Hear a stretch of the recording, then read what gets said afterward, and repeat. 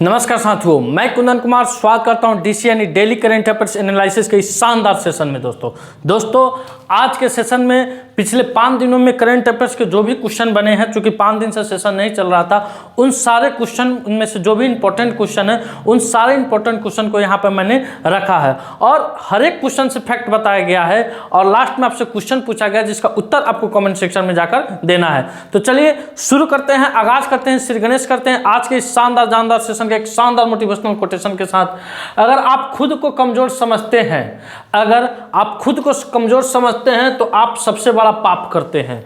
जाहिर सी बात है दोस्तों, अगर आप अपने आप को कमजोर समझ रहे हैं, अपने आप को लाचार समझ रहे हैं, अपने आप को बेबस समझ रहे हैं, तो आप बहुत बड़ा पाप कर रहे हैं। कोई कहता है ना कि इस चीज़ कहने से पाप हो जाएगी, उषा नहीं है। अपने आप को कमजोर समझना ही अपने सबसे बड़ा पाप का उदाहरण है दोस्तों पिछले क्लास में जो क्वेश्चन पूछा गया था आपसे कि विश्व नागरिक सुरक्षा दिवस 2025 की थीम क्या है, तो civil defence guarantee of security for the population. क्या है दोस्तों? Civil defence guarantee of security for the population 2025 की विश्व नागरिक सुरक्षा दिवस की क्या थी? थीम थी। अब आते हैं आज के सवाल पर, और आज के सवाल पर चैंपियंस ट्रॉफी पाकिस्तान 2025 जिसका फाइनल मुकाबला दोस्तों रविवार को दुबई में खेला गया था, जिसमें भारत न्यूजीलैंड को 4 विकेट से हरा दिया। सभी लोग जानते हैं, भारत का बच्चा जानता है, चूँकि जिस समय ये विनिंग मूवमेंट चल रहा था लगभग 87 करोड़ लोग जियो टीवी जो होता है, जियो स्टार पर उस मैच को लाइव देख रहे थे। तो 87 करोड़ लोग देख रहे थे, अब पूरा जनसंख्या 140 करोड़ है। उसके बाद उस मोबाइल पे कितना लोग शॉर्ट के देख रहे होंगे वो अलग बात है दोस्तों। कितना लोग टीवी पे देख रहे होंगे, कितना लोग हॉटस्टार पर देख रहे होंगे, कितना लोग स्टार स्पोर्ट्स पर देख रहे होंगे। तो लगभग सारी दुनिया जानती है, सारे इंडिया के लोग जानते हैं कि भारत ने न्यूजीलैंड को 4 विकेट से हराया। तो कुछ पॉइंट है दोस्तों जो आपके परीक्षा में पूछ सकता है। उस पॉइंट को लेकर मैंने आया है कि भारत ने न्यूजीलैंड को 4 विकेट हराकर तीसरी बार चैंपियंस ट्रॉफी का खिताब जीता है। तो आपसे एग्जामिनर पूछ सकता है कि भारत ने कितनी बार चैंपियंस ट्रॉफी का खिताब जीता है, तो 3 बार चैंपियंस ट्रॉफी का खिताब जीता है, 2 बार T20 वर्ल्ड कप का खिताब जीता है और 2 बार 50-50 का यानी विश्व कप का खिताब अपने नाम भारत किया है। एक बार टेस्ट में नंबर 1 रैंकिंग पर आया था दोस्तों। अब देखिए कि मैन ऑफ द मैच हर एक मैच का नहीं देखा जाता, फाइनल के दिन के मैन ऑफ द मैच के बारे में अक्सर पूछा जाता है एग्जामों में। तो उस दिन के न्यूजीलैंड और इंडिया के में जो मैच हुआ था उसमें रोहित शर्मा ने शानदार कप्तानी पारी खेली थी और आईसीसी के टूर्नामेंट में दोस्तों वो फाइनल में अर्धशतक लगाए थे। 83 गेंदों में 76 रन बनाकर प्लेयर ऑफ द मैच का खिताब उन्होंने जीता था, जिसे हम लोग मैन ऑफ द मैच कहते हैं। रचिन रविंदर दोस्तों न्यूजीलैंड के ऑलराउंडर प्लेयर है, को प्लेयर ऑफ द टूर्नामेंट में चुना गया, जो कि प्लेयर ऑफ द टूर्नामेंट उसको कहा जाता है जो पूरे खेल के दौरान सबसे अच्छा प्रदर्शन किया हो दोस्तों। उसके बाद आईसीसी चैंपियंस ट्रॉफी 2025 में सर्वाधिक रन भी रचिन रविंद्र के पास है दोस्तों। आईसीसी चैंपियंस ट्रॉफी 2025 में सर्वाधिक विकेट मैट हेनरी 10 विकेट लिए थे दोस्तों। ये आईसीसी चैंपियंस ट्रॉफी 2025 का जो फाइनल के दिन का जो निचोड़ निकला है उसको यहाँ पे रखा गया है दोस्तों। अब आते हैं आज के सवाल पर, और आज के सवाल का पहला क्वेश्चन है कि जन औषधि दिवस 2025 कब मनाया गया है। तो दोस्तों जन औषधि दिवस 2025 के बारे में जानते हैं। सबसे पहले इसकी नींव 2008 में रखी गई थी, उस समय के तत्कालीन प्रधानमंत्री डॉक्टर मनमोहन सिंह के द्वारा। दोस्तों 2015 में प्रधानमंत्री मोदी ने इसे प्रधानमंत्री जन औषधि केंद्र का नाम दिया और तब से 7 मार्च को, कब दोस्तों? 7 मार्च को अंतर्राष्ट्रीय महिला दिवस के एक दिन पहले हम लोग हर एक साल जन औषधि दिवस के रूप में मनाते हैं। तो इसको कब से मना रहे हैं दोस्तों? तो 2015 ईस्वी से, इसको 2015 ईस्वी से मना रहे हैं। आपके शहर में जो प्रधानमंत्री जन औषधि केंद्र दिखता होगा दोस्तों, उसी का ये उदाहरण है। काफ़ी जेनेरिक दवाइयाँ मिलती है और सस्ती दवाइयाँ वहाँ से खरीदी जा सकती है। तो कब मनाया गया? 7 मार्च को मनाया गया। जन औषधि सप्ताह कब से कब मनाया जा रहा है? तो 1 मार्च से 7 मार्च के बीच में, 7 मार्च के बीच में जन औषधि सप्ताह के रूप में हम लोग सेलिब्रेट किए हैं दोस्तों। इस बार की जो थीम है दोस्तों, यानी हर एक साल कोई ना कोई थीम के साथ इसको मनाया जाता है। तो जन औषधि मित्र, क्या थीम है? जन औषधि मित्र 2025 का जन औषधि दिवस का थीम है दोस्तों। अब आते हैं अगले प्रश्न की तरफ। अगला प्रश्न है कि विश्व वन्य जीव दिवस कब मनाया जाता है। तो दोस्तों 2013 में संयुक्त राष्ट्र महासभा द्वारा स्थापित वन्य जीव और वनस्पतियों की लुप्तप्राय प्रजातियों में अंतर्राष्ट्रीय व्यापार पर कन्वेंशन को अपनाने के साथ संरेखित किया। लोगों और ग्रह का समर्थन करने में वन्य जीव की भूमिका को मान्यता देता है।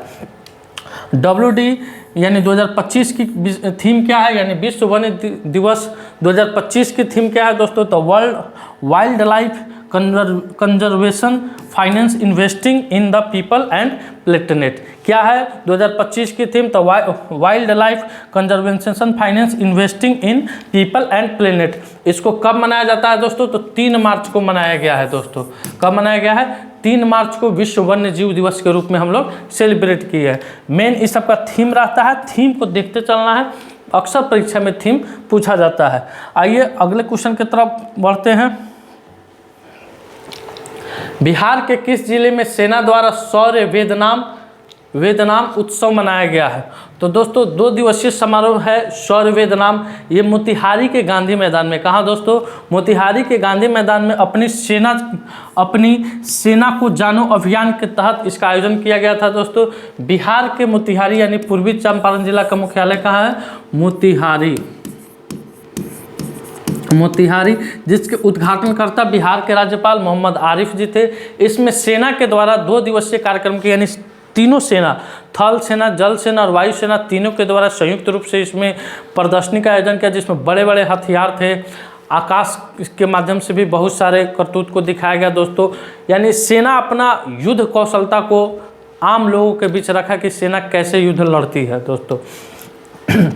ये है शौर्य वेदनाम उत्सव, आज से शुरू हुआ। ये मोटरसाइकिल पर जो आपको इस ऐसा चित्र मात्र 26 जनवरी के ही अवसर पर देखने को मिला होगा, ये मोतिहारी वासियों के लिए गौरव की बात है। यहाँ के वर्तमान के सांसद राधा मोहन सिंह के अथक प्रयास से ये कार्यक्रम का आयोजन यहाँ पे किया गया है। आइए अगले क्वेश्चन की तरफ बढ़ते हैं कि हाल ही में किस राज्य में किसानों को 5 रुपये में अस्थायी बिजली कनेक्शन प्रदान किया जाएगा, तो दोस्तों मध्य प्रदेश गवर्नमेंट ने, मध्य प्रदेश के मुख्यमंत्री मोहन यादव जी के द्वारा मध्य प्रदेश में किसानों को 5 रुपये में बिजली का कनेक्शन, अस्थायी बिजली का कनेक्शन क्या किया जाएगा, प्रदान किया जाएगा। अब मध्य प्रदेश, तो आइए देखते हैं। इंदौर 7वीं बार भारत का सबसे स्वच्छ शहर बना है, लगातार 7 बार से इंदौर भारत का सबसे स्वच्छ शहर बनते आ रहा है दोस्तों। मध्य प्रदेश में सबसे अधिक गिद्ध पाए गए हैं। मध्य प्रदेश ने भारत की पहली ग्लोबल कैपेबिलिटी सेंटर GCC नीति का अनावरण किया है। मध्य प्रदेश सरकार ने पार्थ योजना लॉन्च की है। 31वीं राष्ट्रीय बाल विज्ञान कांग्रेस भोपाल में हुई है। अमेरिकी अखबार वॉल स्ट्रीट जर्नल ने भारत के मध्य प्रदेश को वर्ष 2025 के लिए चर्चित वैश्विक गंतव्यों में मान्यता दी है। 10वां अंतर्राष्ट्रीय वन महोत्सव भोपाल में शुरू हुआ है। तो ये दोस्तों मध्य प्रदेश राज्य से संबंधित कुछ फैक्ट है जो आप इसका स्क्रीनशॉट ले सकते हैं। अब आइए अगले पेज पर चलते हैं। अगला पेज देखते हैं क्या है। अगला पेज में आ रहा है दोस्तों मध्य प्रदेश का मैप आ रहा है।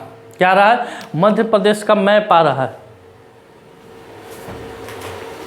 देखिए मध्य प्रदेश, इसकी स्थापना कब हुई थी दोस्तों, तो मध्य प्रदेश की स्थापना आपको हुई थी 1 नवंबर 2000 और 1 नवंबर 2000 ईस्वी तक, उस दिन स्थापना नहीं थी, आपको बता रहे हैं 1 नवंबर 2000 ईस्वी तक मध्य प्रदेश भारत का सबसे बड़ा राज्य हुआ करता था। मध्य प्रदेश में से ही छत्तीसगढ़ अलग हुआ दोस्तों, और उसके बाद से मध्य प्रदेश का जो बड़ा राज्य का दर्जा था वो खत्म हो गया दोस्तों। मध्य प्रदेश की सीमाएँ उत्तर प्रदेश, छत्तीसगढ़, महाराष्ट्र, गुजरात और राजस्थान से लगती है। मध्य प्रदेश में कई भौगोलिक क्षेत्र हैं। मध्य प्रदेश में क्या है दोस्तों, कई भौगोलिक क्षेत्र हैं। मध्य प्रदेश में 55 जिले हैं। इन जिलों को 10 प्रशासनिक प्रभागों में बांटा गया है। मध्य प्रदेश में 428 तहसीलें हैं। मध्य प्रदेश में कृषि राज्य की आय का मुख्य स्रोत है। मध्य प्रदेश की प्रमुख फसलें धान, गेहूं, दालें, सरसों, सोयाबीन, गन्ना। उसे मध्य प्रदेश को सोया प्रदेश भी कहा जाता है क्योंकि सोयाबीन का उत्पादन वहाँ सबसे ज़्यादा होता है। गन्ना, ज्वार और कपास है। मध्य प्रदेश में उष्णकटिबंधीय जलवायु होने के कारण यहाँ की नदियाँ और नालों को जल मानसून की बारिश से प्राप्त होती है। मध्य प्रदेश में नर्मदा, ताप्ती और बेतवा, चंबल और सोन जैसी प्रमुख नदियाँ हैं दोस्तों। तो ये मध्य प्रदेश का इतिहास है, ऑनलाइनर है। इसके पीछे के पेज में दिया गया था मध्य प्रदेश से करंट अफेयर्स के, और ये मध्य प्रदेश का कुछ इतिहास है। अब आते हैं अगले प्रश्न की तरफ। अगला प्रश्न आपकी स्क्रीन पे आ रहा है कि हाल ही में किस राज्य द्वारा प्रोजेक्ट हिफाजत लॉन्च किया गया है? तो दोस्तों पंजाब सरकार ने राज्य में महिलाओं की सुरक्षा और सम्मान सुनिश्चित करने के लिए प्रोजेक्ट हिफाजत की शुरुआत की है। पंजाब के मुख्यमंत्री कौन है? भगवंत मान है। कौन है दोस्तों? भगवंत मान है। पंजाब के मुख्यमंत्री कौन है? भगवंत मान है। अब बात करते हैं पंजाब की दोस्तों। आइए अगले पेज में आते हैं। अगला पेज है भारत बांग्लादेश संयुक्त नदी आयोग की बैठक कहाँ शुरू हुई है? भारत बांग्लादेश संयुक्त नदी आयोग की बैठक कहाँ शुरू हुई है? कोलकाता, ढाका, दिसपुर कि त्रिपुरा दोस्तों? तो दोस्तों वर्तमान में बांग्लादेश के साथ गंगा नदी जल बंटवारे की संधि 30 वर्ष पूरे होने पर, जो आप सभी जानते हैं कि गंगा नदी उत्तराखंड से निकलते हुए, देवप्रयाग से निकलते हुए उत्तर प्रदेश, बिहार के रास्ते, पश्चिम बंगाल के रास्ते हुए कहाँ चली जाती है? बांग्लादेश में चल जाती है। तो जो जल का बंटवारा होता है उस पर दोनों देशों के बीच बैठक होती है दोस्तों। उस बैठक के 30 वर्ष पूरा होने के बाद पुनः कलकत्ता में, कहाँ दोस्तों? कलकत्ता में संयुक्त नदी आयोग की बैठक हुई है दोस्तों। अब आते हैं बांग्लादेश। तो बांग्लादेश के बारे में आपको कुछ बताते हैं दोस्तों। ये आप मैप में दिख रहे हैं, बांग्लादेश है। सबसे बड़ी सीमा, भारत अगर सबसे बड़ी सीमा किसी देश से साझा करती है तो किस देश से साझा करती है? बांग्लादेश से करती है। ये एक साइड से पश्चिम बंगाल से घिरा हुआ है, एक साइड से असम, मेघालय, मणिपुर, त्रिपुरा और मिजोरम से घिरा हुआ है दोस्तों बांग्लादेश।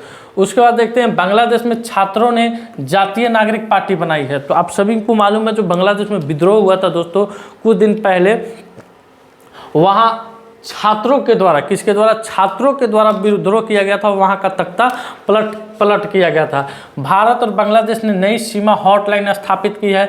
बांग्लादेश ने 25 फरवरी को सैन्य शहादत दिवस घोषित किया है। सोहेली अख्तर भ्रष्टाचार के आरोपों में प्रतिबंधित होने वाली बांग्लादेश की पहली महिला क्रिकेटर बनी है। बांग्लादेश ने ऑपरेशन डेविल हंट शुरू किया है। बांग्लादेश ने दूसरी बार एसएफ महिला चैंपियनशिप का खिताब जीता है। भारत में आने वाले विदेशी पर्यटकों में बांग्लादेश शीर्ष पर रहा है। बांग्लादेश क्रिकेट बोर्ड के अध्यक्ष नजमुल हसन पापोन ने इस्तीफा दिया है दोस्तों। अब आते हैं अगले प्रश्न की तरफ। अगला प्रश्न आपके स्क्रीन पे है। हाल ही में किस देश ने 5वां एशियाई महिला कबड्डी का खिताब जीता है? तो हमारी शेरनी भी कहाँ कम है दोस्तों। ये शेरनी, जिस तरह से चैंपियंस ट्रॉफी में इंडिया अजय रहा है, अजय मतलब एक भी मैच नहीं आ रहा है, उसी तरीका से एशियाई महिला विश्व कबड्डी चैंपियनशिप में हमारी भारतीय टीम की महिला टीम एक भी मैच नहीं हारी है। और वह ईरान को हराकर, किसको हराकर? ईरान को 32-25 से हराकर, 32-25 से हराकर दोस्तों ये खिताब अपने नाम किया है। तो कौन जीता है दोस्तों? भारत जीता है। किसको हराकर? ईरान को हरा के।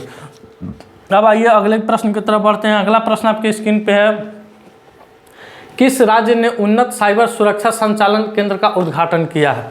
तो दोस्तों केरल गवर्नमेंट ने, केरल के मुख्यमंत्री पिनरई विजयन के द्वारा केरल राज्य में उन्नत साइबर सुरक्षा संचालन केंद्र का क्या किया गया है? उद्घाटन किया गया है। केरल ने बेलूर गांव में सदियों पुरानी आत्मा पूजा अनुष्ठान के अवशेष मिले हैं। केरल सरकार ने नैना मृतरम 2.0 नामक एक AI संचालित नेत्र जांच पहल शुरू की है। एक्सपायर हो चुकी दवाओं को वैज्ञानिक निपटान में केरल का शीर्ष पर है। केरल के मुख्यमंत्री ने कवचम आपदा चेतावनी प्रणाली लॉन्च की है। 29वां अंतर्राष्ट्रीय केरल फिल्म महोत्सव तिरुवनंतपुरम में शुरू हुआ है। नेहरू ट्रॉफी बोट रेस का 70वां संस्करण अल्पुझा में आयोजित किया गया है दोस्तों। अब आइए अगले प्रश्न की तरफ। अगला प्रश्न है, भारत में 2050 तक कितने मिलियन लोग अधिक वजन वाले हो सकते हैं? तो जितने भी अधिक वजन वाले लोग हैं वो ज़रा सतर्क हो जाइए, क्योंकि एक सर्वे हुआ है लेसेंट के एक अध्ययन के अनुसार 2050 तक भारत में 440 मिलियन से अधिक वजन वाले मोटापे से ग्रस्त हो सकते हैं। इसके लिए भारत के प्रधानमंत्री ने मुहिम भी शुरू की है दोस्तों, योगासन भी शुरू किया है। यानी आप सर्वे के अनुसार आप अपने आसपास में देख लीजिए कि 100 में लगभग 70% लोग मोटे हैं। और मोटापा के कारण बहुत सारे, हम भी मोटे हैं, देख लीजिए, मोटापा के कारण बहुत सारे लोग बहुत सारी बीमारियों से ग्रसित होते जा रहे हैं दोस्तों। तो इस क्वेश्चन का उत्तर हो जाएगा ऑप्शन नंबर 1, 440। इसमें महिला की बात की जाए तो अधिक वजन और मोटे वयस्कों की संख्या 218 मिलियन पुरुषों और 231 मिलियन महिलाओं के होने का अनुमान है। यानी जो चीन के बाद दुनिया में दूसरा स्थान पर। और सबसे अधिक मोटा लोग कहाँ होता है दोस्तों? तो चीन में होता है। उसके बाद कहाँ पर हो जाएगा? तो भारत में हो जाएगा। आइए अब अगले प्रश्न की तरफ बढ़ते हैं। साहित्य अकादमी द्वारा साहित्य महोत्सव 2025 का आयोजन कहाँ किया जाएगा? तो दोस्तों साहित्य अकादमी द्वारा साहित्य महोत्सव 2025 का आयोजन नई दिल्ली में किया जाएगा। नई दिल्ली में इसके उद्घाटन कौन करेंगे? तो गजेंद्र सिंह शेखावत, अभी जो संस्कृत मंत्री हैं दोस्तों, उनके द्वारा इनका उद्घाटन किया जाएगा। आइए अगले प्रश्न की तरफ बढ़ते हैं। अगला प्रश्न है आपके स्क्रीन पे, यहाँ कुछ दोस्तों परियोजना दिया गया है। पार्वती कली सिंध चंबल नदी परियोजना, मुख्यमंत्री युवा कार्य प्रशिक्षण योजना, जनता भवन सौर परियोजना, नान मधुलवन कार्यक्रम, मिशन निश्चय नशा मुक्त अभियान, मुख्यमंत्री निजुत मोइन योजना। तो ये योजना किन किन राज्यों से संबंधित है दोस्तों? ऐसे कर करके 5-5 योजना आपको जब भी आएगा, आपके क्वेश्चन आएगा योजना से संबंधित, तो ऐसे कर करके 5-5 योजना आपको 10-10 5-5 7-7 योजना आपको बताते चलेंगे। चलिए देखते हैं 1 नंबर में पार्वती कली सिंध चंबल नदी जोड़ो परियोजना। दोस्तों ये परियोजना आपको मध्य प्रदेश और राजस्थान, कहाँ? मध्य प्रदेश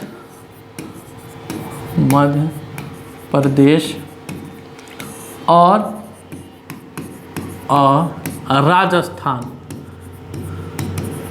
राजस्थान दोनों राज्यों में संयुक्त नदी पर चंबल नदी पर यह परियोजना बनाई गई है। 2 नंबर में है मुख्यमंत्री युवा कार्यक्रम प्रशिक्षण योजना। क्या है दोस्तों 2 नंबर में? मुख्यमंत्री युवा कार्य प्रशिक्षण योजना। ये दोस्तों महाराष्ट्र के मुख्यमंत्री देवेंद्र फडणवीस के द्वारा शुरू किया गया था। तो इस क्वेश्चन का उत्तर हो जाएगा आपको महाराष्ट्र हो जाएगा। जनता भवन सौर परियोजना, क्या दोस्तों? जनता भवन सौर परियोजना, इसकी शुरुआत असम में हुआ था दोस्तों। और तो असम के मुख्यमंत्री कौन है? हेमंत बिश्व शर्मा। क्या है? हेमंत बिश्व शर्मा के द्वारा जनता भवन सौर परियोजना। इस परियोजना के अंतर्गत जितने भी छत है दोस्तों, उस छतों को सोलर पैनल के माध्यम से कनेक्ट किया जाए और सौर बिजली उत्पादन किया जाए। उसके बाद है नान मधुलवन कार्यक्रम। क्या है दोस्तों? नान मधुलवन कार्यक्रम, ये तमिलनाडु में हुआ था। कहाँ हुआ था? तमिलनाडु में हुआ था। उसके बाद है मिशन निश्चय नशा मुक्त अभियान। दोस्तों ये पंजाब गवर्नमेंट के द्वारा शुरू किया गया था। नशा मुक्ति अभियान पंजाब गवर्नमेंट के द्वारा इसको शुरू किया गया था। मुख्यमंत्री निजुत मोइन योजना, ये भी असम के द्वारा शुरू किया गया। किसके द्वारा? असम के द्वारा शुरू किया गया। आप इसका स्क्रीनशॉट ले सकते हैं, आपके लिए बेहद ही महत्वपूर्ण है दोस्तों। आइए अगले क्वेश्चन की तरफ बढ़ते हैं। अगला क्वेश्चन है कि हाल ही में कहाँ पहली बार हुए सर्वेक्षण में 6300 से अधिक नदी डॉल्फिन दर्ज की गई है? तो दोस्तों इस क्वेश्चन का उत्तर हो जाएगा भारत में भी एक ताज़ा सर्वेक्षण हुआ है दोस्तों, जिसमें 6300 से अधिक डॉल्फिन देखे गई है। और भारत में सबसे अधिक डॉल्फिन कहाँ मिलता है दोस्तों? तो बिहार में, बिहार के गंगा नदी में सबसे अधिक डॉल्फिन पाया जाता है। इसलिए बिहार का जलीय जो जीव है वो क्या है? डॉल्फिन है दोस्तों। आते हैं अगले प्रश्न की तरफ। अगला प्रश्न आपकी स्क्रीन पे आ रहा है कि हाल ही में फीफा ने किस देश को 2026 विश्व कप से प्रतिबंधित कर दिया है? हाल ही में फीफा ने किस देश को 2026 विश्व कप से प्रतिबंधित कर दिया है? तो सबसे पहले जानते हैं फीफा दोस्तों ये फुटबॉल विश्व कप कराती है दोस्तों। इन्होंने अभी रूस, कांगो और पाकिस्तान को क्या कर दिया गया? 2026 के विश्व कप से प्रतिबंधित कर दिया गया। फीफा, इसका मुख्यालय आप सभी जानते हैं स्विट्जरलैंड है। और जो इसकी स्थापना हुई थी दोस्तों 21 मार्च 1904 ईस्वी को हुई थी। इसकी स्थापना 21 मार्च 1904 ईस्वी को हुई थी। मुख्यालय कहाँ है इसका? स्विट्जरलैंड है दोस्तों। तो इसका आंसर हो जाएगा ऑप्शन नंबर 4, इनमें से सभी। अब आते हैं अगले प्रश्न की तरफ। अगला प्रश्न आपकी स्क्रीन पे है कि हाल ही में किस राज्य के मुख्यमंत्री ने एकल महिला स्वरोजगार योजना शुरू किया? तो दोस्तों उत्तराखंड के मुख्यमंत्री पुष्कर सिंह धामी के द्वारा उत्तराखंड में एकल महिला स्वरोजगार योजना शुरू की गई है।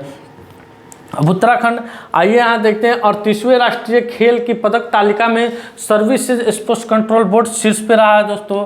प्रधानमंत्री मोदी ने देहरादून में 38वें राष्ट्रीय खेल का उद्घाटन किया। उत्तराखंड सरकार ने कार्बन न्यूट्रलिटी हासिल करने के लिए आइसलैंड के साथ समझौता किया है। 38वें राष्ट्रीय खेलों की मशाल को तेजस्विनी नाम दिया गया है। 8वां कृतिका अंतर्राष्ट्रीय फिल्म महोत्सव नैनीताल में हुआ है। उत्तराखंड ने वन विभाग ने महाभारत पर आधारित एक उद्यान विकसित किया है। 10वीं विश्व आयुर्वेद कांग्रेस एवं आरोग्य एक्सपो का आयोजन देहरादून में किया गया है। वरिष्ठ IPS दीपम सेठ को उत्तराखंड का DGP नियुक्त किया गया है। तो ये दोस्तों उत्तराखंड से संबंधित कुछ फैक्ट है। अब आते हैं अगले प्रश्न की तरफ। अगला प्रश्न है कि हाल ही में किसे, अब यहाँ से आपको जो भी क्वेश्चन देखने को मिलेगा दोस्तों वो सारे नियुक्तियाँ से संबंधित है, यानी पिछले एक सप्ताह के, यानी यूँ कहा जाए कि 1 से 10 तारीख के बीच में जो भी भारत में नियुक्तियाँ हुई है वे सारे क्वेश्चन यहाँ पे दिया गया है। नियुक्तियाँ हो चाहे पुरस्कार हो चाहे कोई सम्मान दिया गया हो। तो आइए बारी बारी करके हम देखते हैं सभी को। हाल ही में किसे फोर्ब्स इंडिया लीडरशिप अवार्ड से सम्मानित किया गया है। तो आप सभी इनको देख के अंदाज़ा लगा दिए होइएगा कि ये कौन है। ये कोई गुमनाम हस्ती नहीं है दोस्तों, ये आज विश्व के मंच पर एक बड़ी हस्ती के रूप में उभरे हैं। और आईसीसी के वर्तमान में चेयरमैन है कौन, जय शाह है। अमित शाह के पुत्र हैं जय शाह है दोस्तों। इन्हें फोर्ब्स लीडरशिप अवार्ड से सम्मानित 2025 के अवार्ड से इन्हें क्या किया गया, सम्मानित किया गया है।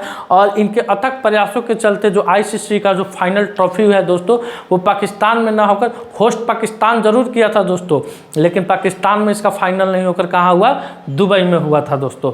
तो आप सभी इनसे भली भांति जानते होंगे, जय शाह है दोस्तों।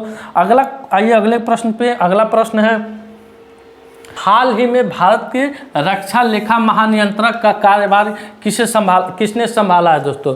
तो दोस्तों सीएजी यानी रक्षा लेखा महानियंत्रक, इसका कार्यभार अभी डॉक्टर मयंक शर्मा, कौन दोस्तों, डॉक्टर मयंक शर्मा जो आपको तस्वीर में दिख रहे हैं, इन्होंने अभी हाल फिलहाल में रक्षा लेखा महानियंत्रक का पदभार संभाले हैं। अगले क्वेश्चन की तरफ आते हैं। अगला क्वेश्चन भी आपसे नियुक्ति से संबंधित है कि हाल ही में कौन 7वीं बार बार काउंसिल ऑफ इंडिया के अध्यक्ष चुने गए हैं।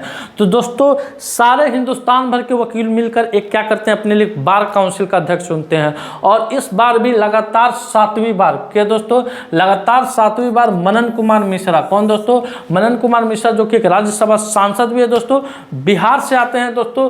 इन्हें बार काउंसिल ऑफ इंडिया के अध्यक्ष के रूप में पुनः चुना गया है। तो इसका ऑप्शन नंबर 2 हो जाएगा करेक्ट उत्तर। अब आते हैं अगले प्रश्न की तरफ। अगला प्रश्न है कि हाल ही में जीईएम का सीईओ किसे नियुक्त किया गया है। तो अजय भादु को, किसे दोस्तों, भारत सरकार ने वाणिज्य विभाग में अपर सचिव श्री अजय भादु को 3 मार्च 2025 से सरकारी ई मार्केट प्लेस यानी जीईएम का मुख्य कार्यकारी अधिकारी सीईओ नियुक्त किया है। तो इसका हो जाएगा ऑप्शन नंबर 3 अजय भादु। अब आते हैं अगले प्रश्न की तरफ। अगला प्रश्न है आपकी स्क्रीन पे कि आरबीआई ने किसे अपना कार्यकारी निदेशक नियुक्त किया है। तो अजीत रत्नाकर जोशी को, किसे दोस्तों, अजीत रत्नाकर जोशी को आरबीआई ने अपना कार्यकारी निदेशक नियुक्त किया है दोस्तों। यही है अजीत रत्नाकर जोशी। अब आते हैं अगले क्वेश्चन पर। हाल ही में एनएमडीसी के सीएमडी के रूप में किसे नियुक्ति किया गया है। तो दोस्तों अमिताभ मुखर्जी को, किसे, अमिताभ मुखर्जी को अभी एनएमडीसी के सीएमडी के रूप में नियुक्त किया गया है। अमिताभ मुखर्जी को 6 मार्च 2025 से राष्ट्रीय खनिज विकास निगम का नया अध्यक्ष और प्रबंधक निदेशक नियुक्त किया गया है। इससे पहले वे सीएमडी का अतिरिक्त प्रभार संभाल रहे थे।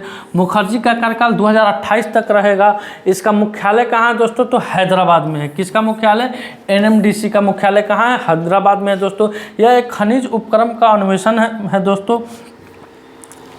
अब आइए अगले क्वेश्चन पर। अगला क्वेश्चन है कुछ नियुक्ति से संबंधित पिछले वीडियो में जो पढ़ाया गया, यानी पिछले जनवरी दिसंबर माह का जो नियुक्ति है उसको देख लेते हैं। एसबीआई लाइफ ने दोरा बाबू दंपति को डिप्टी सीईओ नियुक्त किया है। एन चंद्रशेखरन को रतन टाटा एंडोमेंट फाउंडेशन का अध्यक्ष नियुक्त किया गया है। स्वयसाची कर को आर्थिक विकास संस्थान का निदेशक नियुक्त किया गया है। एसबीआई कार्ड्स ने सलीला पांडे को एमडी और सीईओ नियुक्त किया है। शक्तिकांत दास को प्रधानमंत्री मोदी का प्रिंसिपल सेक्रेटरी बनाया गया है। व्यय विभाग में उप सचिव के रूप में मृत्युंजय श्रीकांतन को नियुक्त किया गया है। भारत के चुनाव आयुक्त के रूप में विवेक जोशी ने पदभार ग्रहण किया है। ज्ञानेश कुमार को भारत का अगला मुख्य चुनाव आयुक्त नियुक्त किया गया है। अब आते हैं अगले प्रश्न की तरफ। अगला प्रश्न आपकी स्क्रीन पर है कि किस आयोग ने भारत के वित्तीय विकास में महिलाओं की भूमिका पर रिपोर्ट लॉन्च की है। तो दोस्तों नीति आयोग, किसके द्वारा, नीति आयोग के द्वारा भारत के वित्तीय विकास में महिलाओं की भूमिका पर रिपोर्ट लॉन्च की गई है। रिपोर्ट का शीर्षक क्या है, from borrowers to builders, women's role in India financial growth history. अगले प्रश्न की तरफ आते हैं। अगला प्रश्न आपके स्क्रीन पे है कि हाल ही में किस मंत्रालय ने सशक्त पंचायत नेत्री अभियान शुरू की है। तो पंचायती राज मंत्रालय के द्वारा, किसके द्वारा, पंचायती राज मंत्रालय के द्वारा 4 मार्च 2025 को विज्ञान भवन नई दिल्ली में सशक्त पंचायत नेत्री अभियान शुरुआत की गई है दोस्तों। उसके बाद है आज का सवाल कि हाल ही में किसकी आत्मकथा दिया सलाई का विमोचन हुआ। उपेंद्र द्विवेदी, कैलाश सत्यार्थी, मीरा कुमार, रघुराम राजन। तो इस क्वेश्चन का उत्तर आपको कमेंट सेक्शन में जाकर देना है दोस्तों आज का सेशन मेरा यहीं समाप्त हुआ। वीडियो हेल्पफुल लगे वीडियो को लाइक कीजिए, शेयर कीजिए, चैनल पर नए हैं तो चैनल को सब्सक्राइब कीजिए। मिलते हैं आपसे अगले वीडियो में, तब तक के लिए धन्यवाद। अपना ख्याल रखिएगा। भारत माता की जय।